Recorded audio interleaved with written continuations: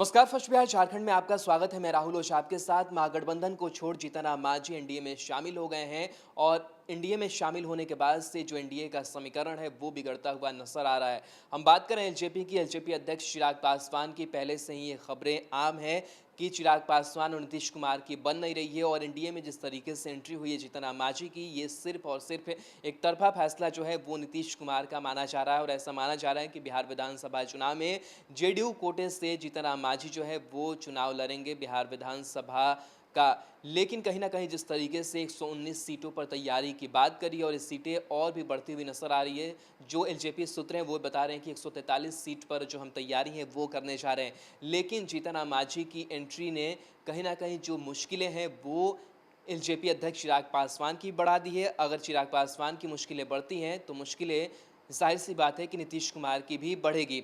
आपको बता दें कि 7 सितंबर को एलजेपी संसदीय बोर्ड की जो बैठक है वो दिल्ली में होनी है और इस बैठक को लेकर के पहले से ही ये कयास लगाया जा रहे हैं कि कोई जो बड़ा फैसला है वो चिराग पासवान ले सकते हैं एनडीए को छोड़ने का, क्योंकि जिस तरीके से तल्खियत है वो लगातार बरकरार है। और जीतन राम मांझी की एंट्री के बाद से कहीं ना कहीं जितनी सीटें चाह रही है एलजेपी उतनी सीटें हो सकती है कि नहीं मिले, क्योंकि जब आदमी ज़्यादा बढ़ेंगे तो जाहिर सी बात है कि जो सीटें हैं वो कम हो जाएगी किसी के हिस्से की।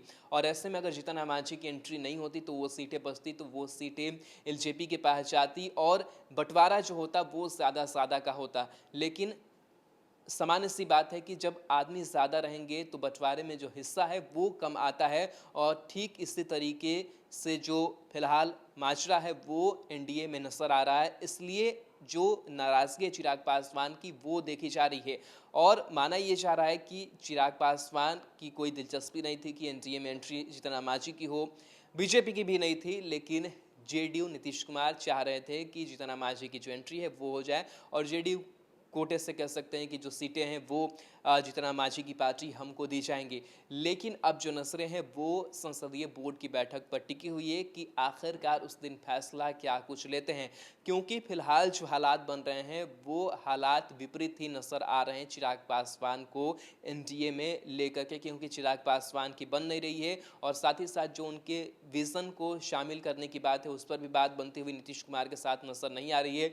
लगातार चीख कर चिराग पासवान ने कह रहे हैं कि जो एजेंडा है वो किसी एक का नहीं होना चाहिए, बल्कि एनडीए में तीनों पार्टियों का, पहले ये कहते थे हालांकि अब 4 पार्टियां एनडीए में हो गई, सभी पार्टियों का जो एजेंडा है वो शामिल करना चाहिए, किसी एक का एजेंडा नहीं चलेगा। तो तल्खियत पहले से चल रही थी और अब परेशानियां मांझी की एंट्री के बाद से और बढ़ गई है, क्योंकि अब सीटें कम मिलेंगी। अब देखने वाली बात हो कि क्या एनडीए से जो रिश्ता नाता है वो चिराग पासवान रखते हैं या फिर कोई और ऑप्शन तलाशते हैं।